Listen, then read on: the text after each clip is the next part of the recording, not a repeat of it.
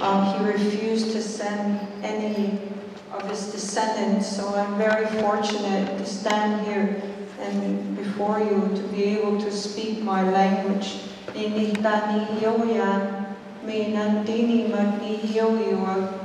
That's the language of my people. It's the Nihio language. We consider ourselves sovereign people, a nation. And I'll go through this PowerPoint really quickly because I have a lot of things to say in a very short time frame. I'll know more, I'll describe that later in the PowerPoint and how it came to be. The first thing is, it's not just an Indian thing. I know in Canada, in Turtle Island, we call it Turtle Island. They were saying it was an Indian thing, but it isn't. Because the treaties and Indigenous sovereignty are the last stand before the waters and the lands are devastated by the Harper government and the conservative agenda. It's a global movement. It's turned into a global movement which was beyond what we had dreamed. We had hoped to reach the Canadian citizens and even my own people, but it's grown to beyond that.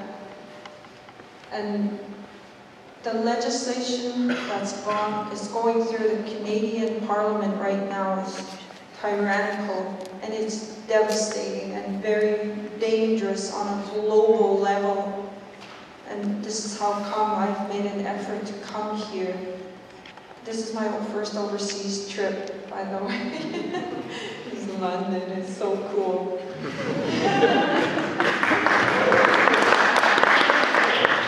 I got it just before I left. My cousin told me, "You're not going there to London in your big boots and my big parka." I didn't know that there was no snow here. I didn't really research London before I left. So when I left, I was leaving weather that was -35. So I was more dressed for that. So it's a grassroots initiative that works to pressure Canadian government to remove the legislation that's going through Parliament, more specifically Bill C-45, and I'll explain what Omnibus Bill C-45 is. Now, these are the Crown Aboriginal treaties in Canada, and they began in about 1763 to 2005. They're nation-to-nation covenants made during the early 1800s to the late 1800s to early 1900s, and they're based on a tie to the land, a new way of life, agriculture from the Treaty 6 territory in which I come from, and it's now called the province of Saskatchewan.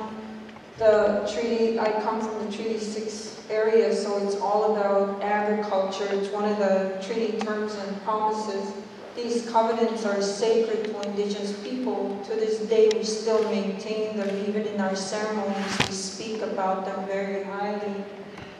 And the part of this Indigenous understanding of the treaties is it's two nations that are the binding of two nations, a commitment to uphold the peace and maintain mutual respect, and the witness to this exchange is the Creator. These are classified as Indian in Canada and are governed under the Indian Act. What is the Indian Act? I'll show you something. My purse. Brian, can you get my purse? It's with that gentleman over there. If you're thinking that the Indian Act is not relevant in Canada, I am here to tell you it is very relevant. Every Indian in Canada carries this card. I'll let you see it.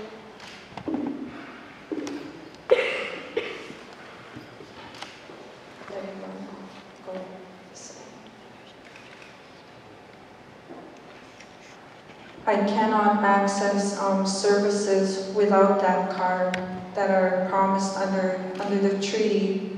but is severely limited and legislated under the Indian Act. Every Indian that's recognized carries that card. And you have to be registered through the Department of Indian Affairs as soon as your child is born. And there's a system of classification. It's called, under the Indian Act, it's section 6.1 and 6.2. If a child is born of a non-Indian, they're classified as 6.2. But if a child is born with 2 Indians who carry that card, that child is considered a 6.1. It's very controlled, based on the heritage of that child. So that's just a summary of it. It's a summary. It's far more extensive than that. If you ever have an opportunity, research it. Just go, Sharon MacGyver is one of the significant cases surrounding that, the challenges to that. I Don't Know More has grown. This is the most recent of it. It's it jumped the border and went all over, and I know it's come over here in this continent as well. We're in communication with Africa, New Zealand, Australia. Really hard to coordinate those different events. While I was at Deepa's apartment last night, I was making a speech in Sacramento, California, through the telephone to encourage the Indigenous people there. The key players in this is Chief Theresa Spence. She had a role to play. Stephen Harper, the current Prime Minister of Canada. And then the Governor General, David Johnstone. And Sean Ablio is the Chief of Assembly of First Nations. It's an organization.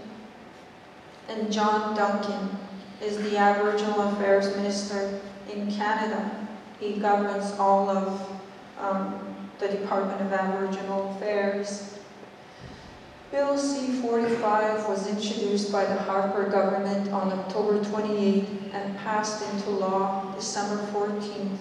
And if any of you know anything about the parliamentary process, that is so fast and bizarre how quickly it moved through Parliament. Now, there's 2 specific sections that we were really concerned about. The first one is the Navigable Waters Protection Act. Before Bill C-45, all of the water in Canada was protected, 100% was protected. There were still some issues, with environmental assessments and different things like that. A good example is the Fort McMurray tar sands development. The tar sands is the size of France now. That's how big it is. There are things going on there that you need to inform yourself about. There are bizarre cancers coming, hitting the Indigenous people there. There are animals that cannot be eaten anymore. There's cancerous tumors showing up in fish, in the moose, in the deer, and all the different things, the different animals in that area. I was talking to some of my Indigenous relatives there, and they were telling me they don't hunt there anymore. We no longer we can't hunt. And then the other part of that is the Environmental Assessment Act. What that's done is Bill C-45 has lowered the threshold of environmental assessment on the land and the waters. In some areas, it's totally removed the environmental assessment in waterways. And come spring, when the snow has melted My biggest fear are the corporations, the potash, the nuclear, the oil and gas are waiting. And if the snow melts and the ground is thawed enough, they will begin to move. Now that this bill has removed the protection. So this is one reason why I'm here. I have to move quickly. I don't know if I can be back. If it means that we're going to have to start doing blockades, then that's really the choice that we have.